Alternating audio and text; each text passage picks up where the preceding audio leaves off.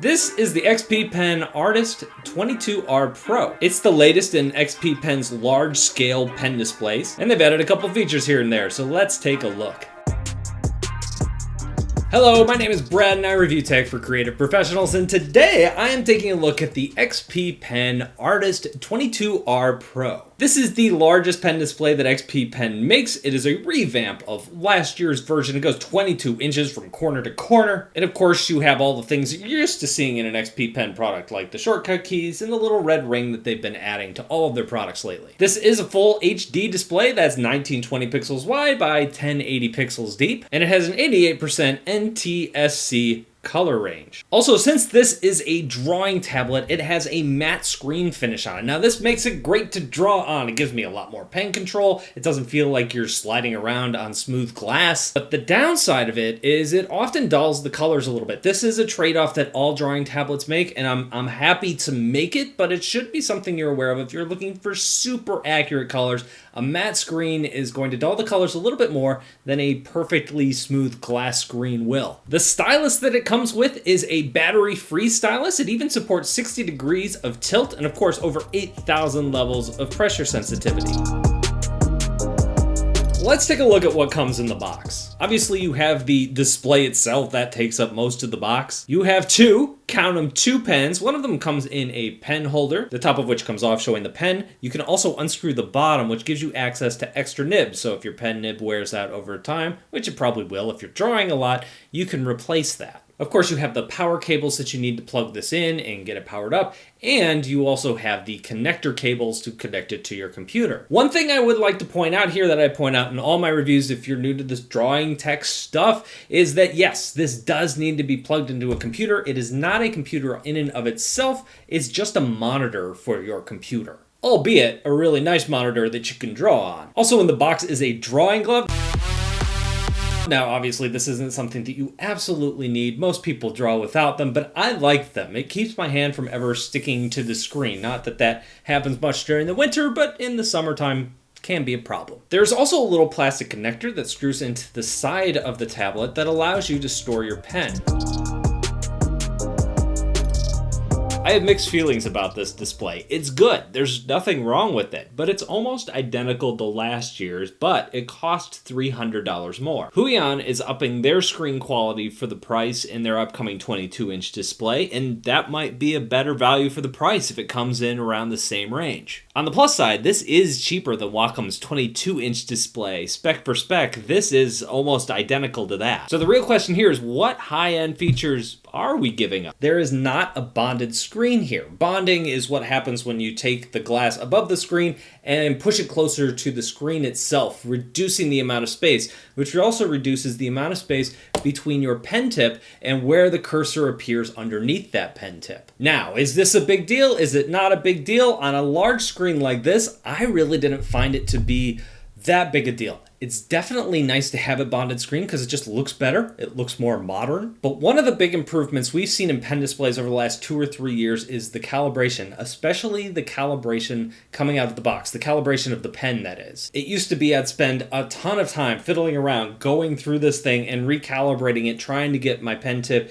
in just the right place. And by the time it reached the edge of the screen, your cursor would be off from the pen tip. Whereas now, out of the box, these things tend to be calibrated really well, and I didn't have to mess with it at all. Now, that's been my experience. Obviously, I see in comments occasionally people do have problems calibrating that thing, and it does take more time, but overall, I was impressed with how it worked out of the box. So this is to say there isn't a lot new here. Probably the newest thing here is the use of a USB-C cable instead of the use of an HDMI and a USB cable separately. So you will be using less cables if you have a newer laptop that has a USB-C connection already in it. Even if you do have a USB-C cable, smaller electronics can run off of that. They can be powered through that USB-C/Thunderbolt cable.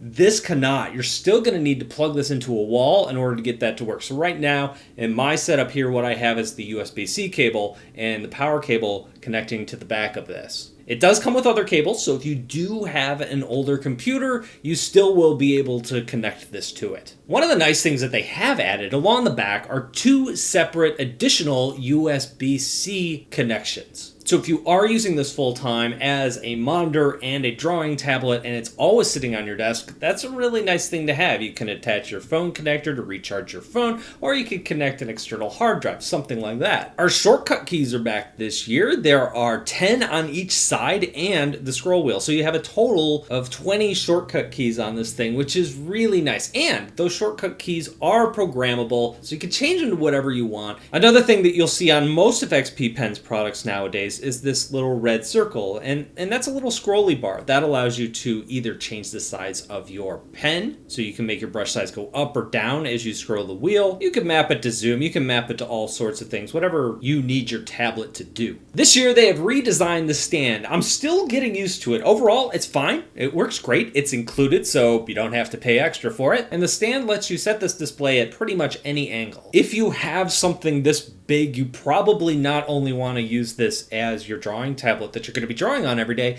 but you're probably also going to want to occasionally set it up and use it as your primary monitor. The stand makes that really easy to do. One thing to know about this is it is pretty heavy. I mean, you can definitely pick it up, you could definitely carry it, but it's not something that I would call in any way, shape, or form portable. All right, so let's take a look at this pen. The very first thing I want to take a look at is just kind of the pressure and how it works as I apply more pressure or as I apply less pressure. How does it feel? And it feels really good. It feels very natural, in fact. The next thing I like to take a look at are pen strokes, very quick pen strokes, just to see how are the ends looking. Is it tapering okay? Are there any check marks? Obviously, the faster you move, the more likely you are to get those little check marks. I'm not getting any of those. The taper looks really good when I'm drawing fast lines. Check mark is kind of like at the end as you pick up.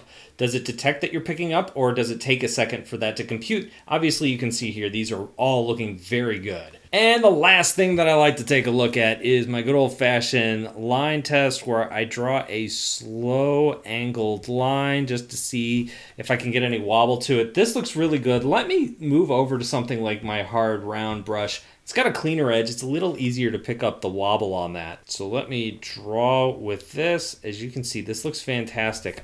Obviously, smoothing is off. It still looks really good.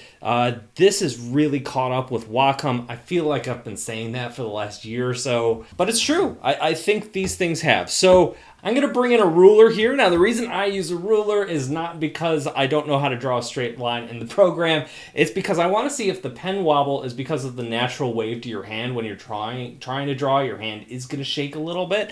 Or is that pen wobble being caused by the display itself? Now, I didn't catch much pen wobble anyway when I was just using my hand, but as I draw with a ruler and I take it away, that looks darn near perfect. I can sense just a teeny tiny little bit of mechanical wobble in there, but honestly, this is about as good as a pen's gonna get. I would put this at like 99% of what a Wacom pen can do.